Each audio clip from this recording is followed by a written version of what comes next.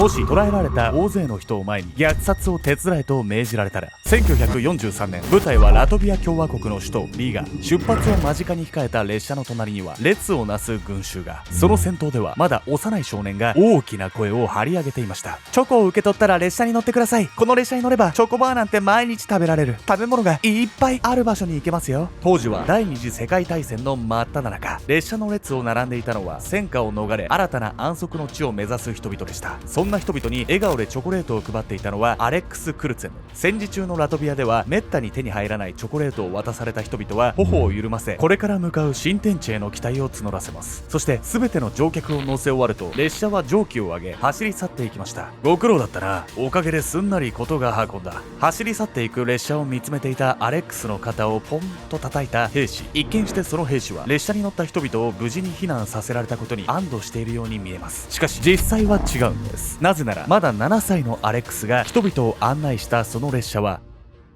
ナチス強制収容所行きだったから。強制収容所行きの列車に人々を誘うわずか7歳の少年。幼くしてナチス兵と共に働く彼は一体何者なのか。もし少年と同じ境遇に立たされた時、あなたは同じように笑えるでしょうか。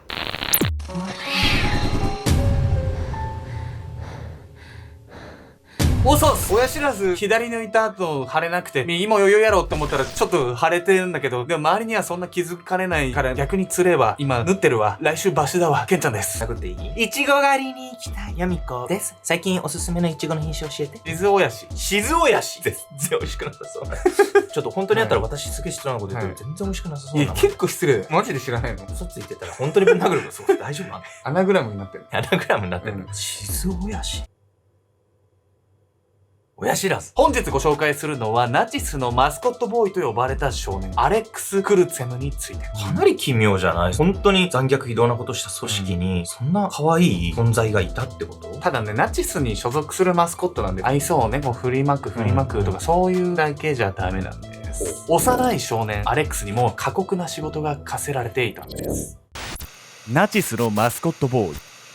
1943年、舞台はナチス占領下のラトビア共和国。ナチス軍シュッツマンシャフト第18大隊の基地には水で満たされたバケツを抱え額に汗を浮かべる一人の少年の姿が。アレックス、その水を運んだら俺の靴を磨いてくれよ。兵士に呼びかけられたその少年はアレックス・クルツェム。子供用サイズで特注された制服をまとった彼はナチスの少年兵。はい、すぐに行きます。アレックスは元気よく返事をすると早足で仕事を片付け自分を呼んだ兵士の元へ向かいます。アレックスはいい子だな。見ていると気持ちが安らぐよ。金髪に青い目を持ちアーリア人の特徴が色濃いその少年をナチスの兵士たちは大層可愛がっていました。アーリア人ってさ、ナチスが優遇というかもう素晴らしいとしてた人種のことよね。これナチスがねこう人種を区別するために作った言葉ではないんですよ実は。ナチスのねイメージが強いのでどうしてもちょっと知らないなって方もいるかもしれません。というわけで本日のメトラキーワードアーリア人について。アーリア人とは本来ヨーロッパ全域とアジアの一部でよく似た言語を話す民族を表す言葉。ヨーロッパの言語とサンスクリット語、ペルシャ語の類似性に着目した呼び名で人種ではなくあくまで言語の違いを区別するものでした。しかし19世紀末頃アーリア人という言葉を一つの人種区分とする間違った解釈が広まることに。この時同時にアーリア人は他の人種より優れているという説も唱えられるようになったんです。ナチスはこの間違ったアーリア人の概念を利用しドイツ国民をアーリア人と賛美する根拠にしました。一方でユダヤ人や黒人などを非アーリア人と断じ差別虐殺の対象にしたんです。アーリア人の定義もこの時ヒトラーによって作られたもの。その特徴は金髪で目が青く背が高いというものでした。金髪で青い目をした少年アレックスはアーリア人の特徴にぴったり当てはまりナチスでも特に可愛がられていました。アレックスに与えられる仕事は雑用のほか主に怪我をした兵士の慰問や戦地へ赴く兵士の緊張を和らげる役目など。一方でナチスの兵士である以上まだ幼いアレックスも無慈悲な虐殺に立ち会わねばならない場面があるんです。大勢の女性や子供を追い込んだバリケードに火をつけ逃げ出してくる人々を待ち伏せては銃殺していくナチスの兵士たち。悲痛な叫び声が響き渡る中アレックスは兵士たちの隣で満面の笑みを浮かべていました。またある時は強制収容所へ向かう列車へユダヤ人を誘導するためチョコレートバーを配って油断を誘う役を任されることも。アレックスは目の前で大勢の人が死んでいくその様子にも一切動揺を見せません。ナチスの兵士として配属されればわずか7歳の少年であってもまともな倫理観など失ってしまうというのでしょうか。そもそも気になるのはなぜアレックスのような少年がナチスの軍隊で働いているのかということ。その経緯を知るにはこの時から約半年前まで遡る必要があるんです。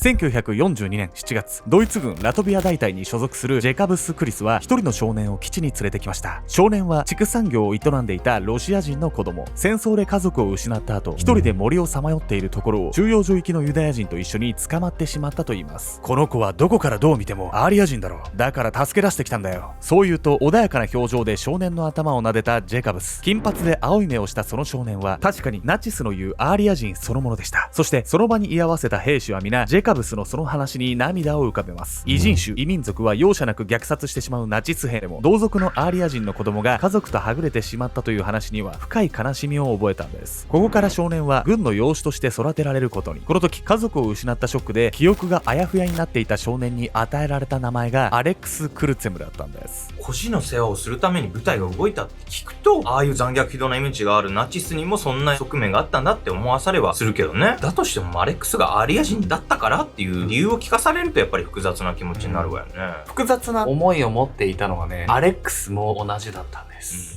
こうして軍で養われるようになって以来、アレックスは与えられる仕事をとにかく懸命にこなしていきました。ある時軍はそんな彼にとっておきのご褒美を用意するんです。アレックス、これで君も立派なナチスの兵士だ。僕のために作ってくれたんですか？アレックスがその日受け取ったのは子供サイズの軍服と小さなピストル。周囲の兵士と同じ制服を身につけ武器を持つことは彼らの仲間である何よりの証でした。こうしてアレックスはナチスの中でも異例の少年兵となったんです。当初はラトビア警察シュッツマンシャフト第18大隊にいたアレックスですが、その後はヒトラーの親衛隊に加入。親衛隊の一員になるとより残酷な仕事に関わる機会も増えましたが、アレックスはマスコットボーイの役目を存分に果たしました。血まみれの虐殺現場で笑顔でおどけてみせるアレックスの姿は緊迫した兵士たちの表情をいつも和らげていたんです。しかしその振る舞いはアレックスの本心ではなかったんです。また大勢の人が殺されちゃうんだ。強制収容所へ向かう列車の後ろ姿を悲しそうな瞳で見つめるアレックス。ただ彼が他の兵士にその顔を見せることは決してありません。周囲に人の気配を感じるとアレックスはすぐにいつもの明るい少年に戻るんです。本当にそんなね、小学校低学年ぐらいの年で、こんな演じられることも私すごいって思うんだけど、やっぱり本心のところでは辛かったわけね。本当に子供が人殺しの手伝いなんかさせられて平気なわけないもんね、普通はね。許されることでもないですよね、この出来事自体がね。しかしね、アレックスが悲しい顔をしていたのは単に虐殺の手伝いが嫌だったというだけではないんです。その理由は戦後しばらく経ってから語られることになるんです。1944年に差し掛かり第二次世界大戦が終結に近づいた頃にはドイツの敗戦がほぼ確実に。ここでまだ子供のアレックスに処罰が及ぶのは忍びないと考えた指揮官は彼をラトビアの首都リガのチョコレート職人に預けました。その後職人はアレックスを連れてオーストラリアへ移住。成長したアレックスはサーカス団でしばらく仕事をした後テレビの修理工として生計を立てるように。この頃には妻や子供にも恵まれていたアレックス。しかし家庭を持ったことで彼が胸を締め付けられる思いをする機会は増えていきました。お父さんは小さい頃どんな子だったの？アレックスは息子たちから向けられるその素朴な質問に一切答えることができなかったんです。家族からは単に過去を語りたがらない謎多き父としか捉えられていませんでした。しかしアレックスはそんな日々の中でも密かに多くの虐殺に携わってきた罪悪感と戦っていたんです。そして50代も半ばを過ぎた頃、癌を患ってしまったアレックス。治療は無事に成功しますが、彼はこの時命の危機を感じたことで一つの決断を。1997年、アレックスは息子マークに向かいいつになく神妙な面持ちでこう言いました。私は子供の頃ナチスのマスコットボーイをしていた。虐殺の手伝いもした。恐ろしいことをしたと思う。でも平気な顔をして虐殺に加担するしか私には生きる道がなかったんだ。なぜなら私はユダヤ人だったから。アレックスどういうこと？ユダヤ人だったの？だってアーリア人だから保護されて可愛がられてたってことだったじゃない。ただね、ナチスの兵たちは、アレックスをアーリア人だとは思ってたんですよ。ただたった一人ね、思ってなかったやつがいたんです。一世一代の嘘。1941年10月20日、ベラルーシの中心に位置するコイダノボ村はひときわ物々しい空気に包まれていました。ナチスの兵士に連れられ、順々に狭い建物へ隔離されていく村人たち。その中には訳も分からずに母親にしがみつき、怯えているまだ幼いアレックスの姿も。明日私たちは殺されるわ、家族全員。そう、ユダヤ人の一家に生まれたアレックスは家族もろとも虐殺の対象となっていたんです。そんな母親の言葉にアレックスは涙を流しながら言います。死にたくない。しかしもはや抜け殻のようになった母親がその声に応えることはありませんでした。夜が更けた頃、アレックスは隔離されている建物の中で一人目を覚ました。兵士もすでに眠ってしまったコイダノボ村は不気味に静まり返っている。僕は死にたくないんだ。誰にも聞こえないほどの声でそうつぶやくと、寝息を立てる母にそっとキスをしたアレックス。間もなくして彼は隔離されていたその建物を抜け出した。そこからアレックスは村外れの森の中を進んでいった。その森は奥へ進むほど高い丘を登っていくような地形。そして丘のてっぺんにたどり着くと、アレックスは体を丸め、また眠りについた。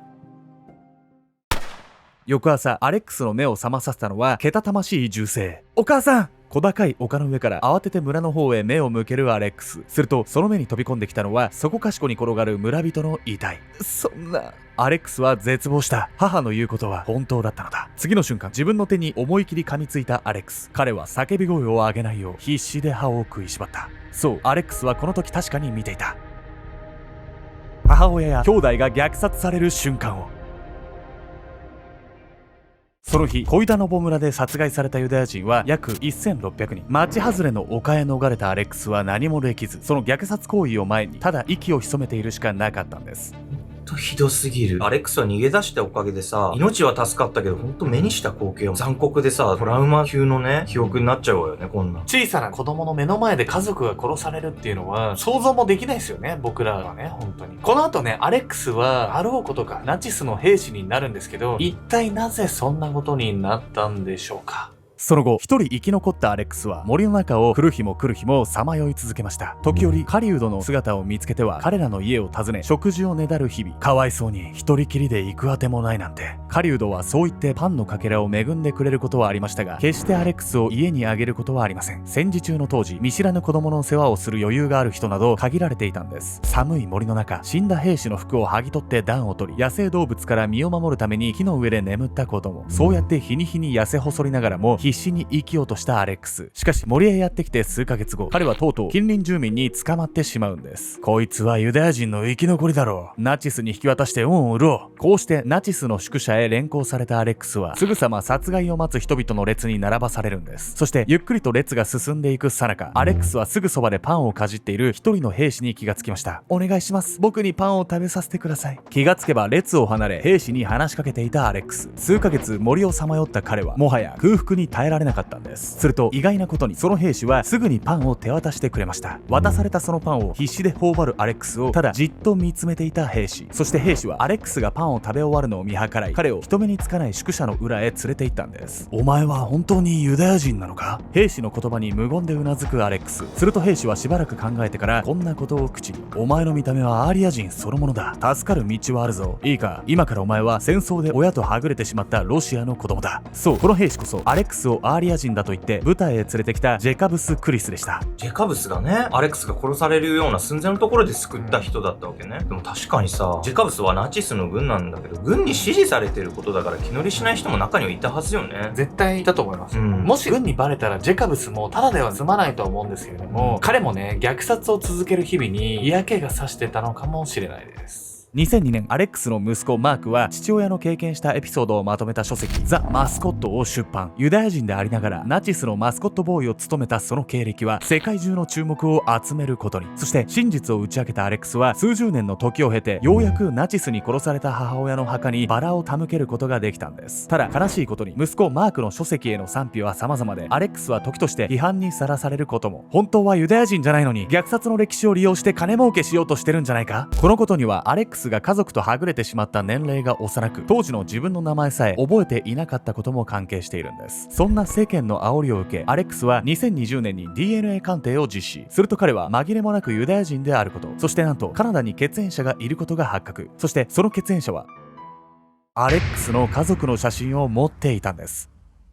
恋田のボ村が襲われた時、アレックスが見たのは母親と兄弟の殺害現場。実はこの時、父親は運よく逃げおおせていたんです。アレックスの父はそこからカナダへ移住し、現地で再び家族を持ちました。発見されたアレックスの血縁者はその家族の一員だったんです。少年が正体がバレれば殺されてしまう戦場で必死に生き抜いたそのエピソードは紛れもない事実と認められることに。後ろ暗い過去として長くその事実をひた隠しにしてきたアレックスの重圧も少しは和らいだのではないでしょうか。全てを明かした今、アレックスは当時のナチスの虐殺について次のように語ります。私を助けてくれた人が、私に優しくしてくれた人が、次の瞬間には残酷に人を殺すんです。そんな姿を山ほど見てきました。歴史上凶悪とされるナチスの一員だったとしても、兵士の一人一人はもともと良識を持った人間。アレックスの言葉はそんな良識をいとも簡単に歪めてしまう戦争の恐ろしさを如実に物語っていました。